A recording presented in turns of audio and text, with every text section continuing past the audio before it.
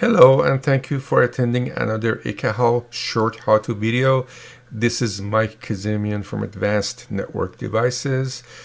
Today we will be discussing the new features of AI Pro Online and see how it can further improve our design process within the Ekahau solution. In order to do that, we are going to create a new project, and I'm going to call it New Features.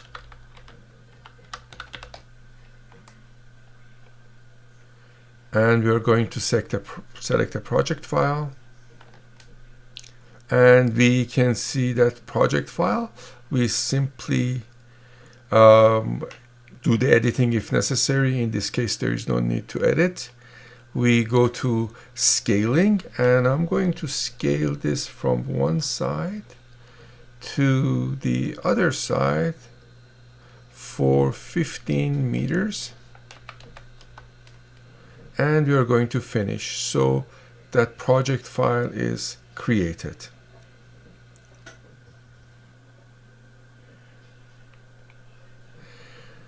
As we know, in the Ekahau Pro AI Online, there has been existing features such as attenuation surfaces, like walls, windows, doors, attenuation objects like cubicles, warehouse racks, elevators, and so forth. Then we have also had elevated surfaces that would be solid volumes that we could create, and then we had floor openings, and now we can see we have stairs and ramps that will further enhance our design process. The first instance we are going to look at is the area tool called elevated surfaces. So we are going to basically create an elevated surface, and we can see the cause and effect. We select the boundary, which I have here created, and we can see that in this instance we have solid surface and we have solid base floor. Now, solid base floor means that there is no hole in the floor, and then the surface is sitting on the top of the existing floor plan that we have already.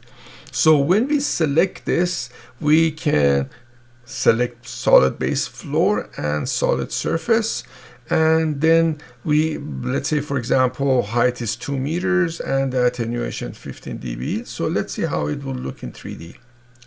So you can see clearly in 3D that we have a solid floor, floor raising from the base all the way to the height that we desired. So in the second instance, we are going to again do the same thing. However, in this instance, once we make our drawing, we are going to select a solid surface. Now all of a sudden you see this area changes. So when I turn off the solid surface, we can see it's from the base of the floor to the top of the object that we have defined. When we select solid surface, then we have the upper height, and then we have the thickness, and then we have the lower height, which is calculated automatically. So let's see how this will look. So there's a 20 centimeter object which is going to be suspended in midair. For example, if you had any specific things that you need to define. So when we look at this in 3D, we haven't created it yet, so we see it in 2D. Now we are going to go to 3D, and we are going to select the solid surface, and then now we're going to take a look at it in 3D. All of a sudden you can see that the object is suspended in mid-air. The next instance that we are going to take a look is when we have a solid surface and part of it is below the floor, part of it is above the floor. We can also create that with ease. In this instance, we will try to do the same as what we did here, but we are going to put it below this floor. So we are again going to select the surface tool, We are going to draw that. Well, in order to do that, we need to have a empty or hole in the floor. So we turn off the solid base floor, and then we say the upper height is -1 meter or -2 meters even. And then once we do that, we can see exactly how does it look in 3D. You can clearly see that it is below the surface. So if we had another floor like this, then we would be able to clearly go below and see it, but it is evident that it is below the floor. So we can have a solid floor from the floor base to a specific height.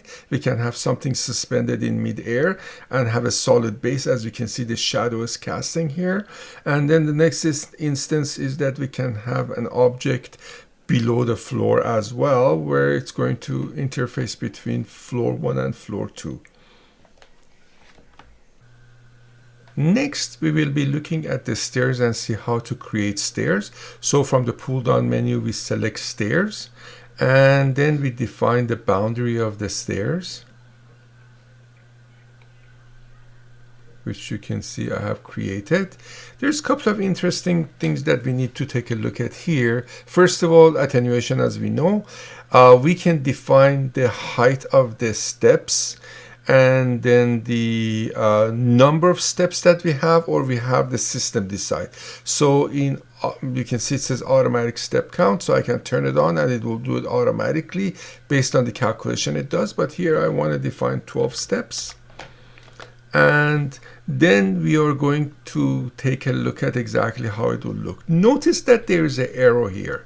This arrow indicates the direction where the stairs will start rising from the ground floor or from the floor that we are on, and it will go up.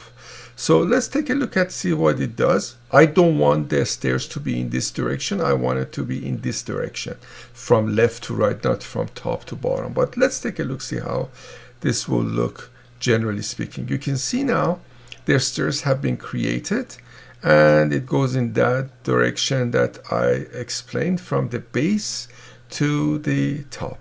So how can we change the direction? We go back to 2D and we select stairs, and we can see it says starting side. So starting side is now from top to bottom. I can go to another direction, which is right to left, which I don't want, from bottom to top, or from left to right, which is our direction. So let's take a look at see how it looks in 3D. You can clearly see now this is exactly what I intended to have in this instance for the stairs. Now, another question might be arising whether we can go down, and the answer is yes. So what we do is we define the upper height to be 0 and the lower height to be -2.4 meters. And now we take a look, see what will happen. And you can see now it is from the middle, half of it is below, half of it is above. So that is easily able to attain. Now even we can do it on the surface itself by making some adjustments. So we say the upper height to be 0 instead of 2.4, and the lower is 2.4. So now once we take a look, we see that everything is going from the floor to the floor below. So that is easily attainable. So you saw that we can do it halfway in between, and we can do it from that floor downward as well. Now, somebody might be asking, is it possible to do it for curved surfaces? And the answer is yes. So what we do is we are going to now select again the stairs tool, and then we are going to go and select this as a stair. I'm going to turn off the angle so I can have more control.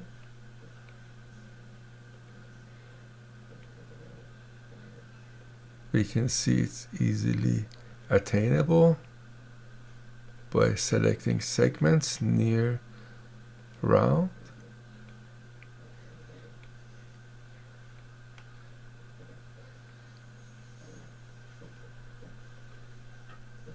This is good enough. We can adjust it, of course, if it is necessary. Again, we can define the direction. So I'm going to, for now, I'm going to say again 12 steps.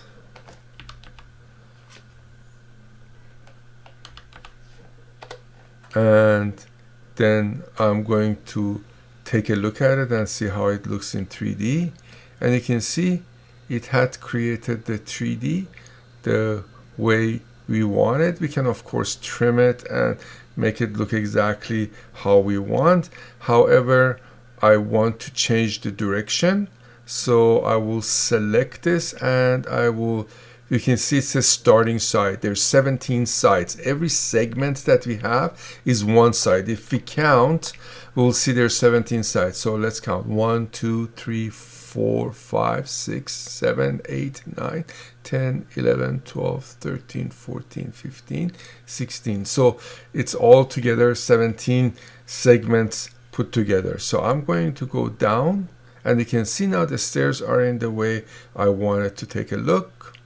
And we can see now the stairs are rising the way we want. Again, we can go below the floor by again selecting this and then saying the upper height is 0 meters, and then the lower height is minus 2.4, and then the upper height is 0. And now we should be able to see that 3D going down, and we can indeed see that it is going down and it is visible in this as well. And the last element that we want to take a look at is the inclined surfaces, and that's very simple, very similar to stairs. We select a ramp from the pull down menu. We select the area that we wish.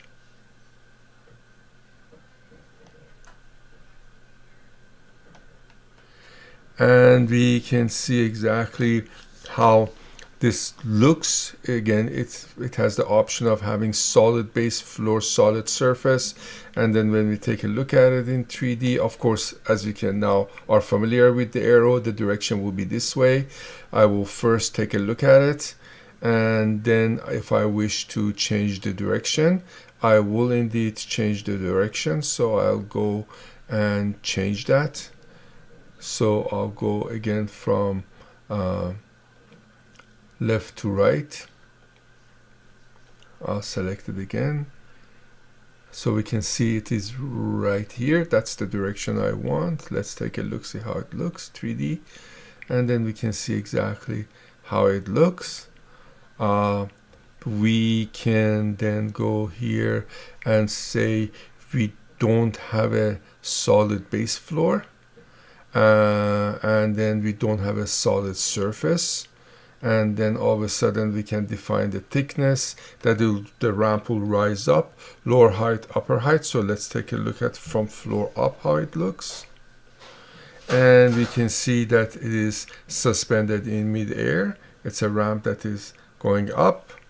I can go back here in 2D and then select this and then go below. So upper height is 0, lower height is, let's say, minus 2 meters, and then we don't have a solid base floor, and we can see exactly how this looks, similar to what we had before. If we want to make it go from the floor itself, we select here, upper height will be 0, and then we take a look, see how things look. We can clearly see that it's sloping downwards as we had before. And that will give you an idea of exactly how things work. Of course, we can make adjustments on these objects, and even though after we have defined, we can, for example, change this, or let's say modify the ramp or things like that. We can easily do that. We also have an option for floor opening that we can create here. and this will give you full flexibility on how we can design 3D objects and surfaces with quite a bit of flexibility that will give more realistic preview. So how a typical project will look like after we are done with this. Let me show you an example of such a project file. So I'm going to go back and I'm going to show you an auditorium that I created using all these features. So you can see it is a full 3D with antennas and everything, and we can see exactly how things will look. We have created the walls, you can see the antennas, we even have the seatings. These are people who are seated into the environment, so because they have absorption, so you can see exactly how a user will see everything. We can see the signal propagation. We have a sunken area for the orchestra that can be created, and it now gives you full image of in the realistic situation how we can take a design things like auditoriums and stadiums and whatnot, where to put the access points and how the signal propagation looks. So it's a really powerful solution now that everything is put together in this environment where we have the flexibility of creating the stairs, creating the surfaces, the ramps and whatnot. This concludes our short demonstration of the new features for Ekahau AI Pro Online, which are stairs and ramps and solid surfaces. I do thank you for attending this short how-to video. For additional YouTube how-to videos, please do not forget to subscribe to our YouTube channel.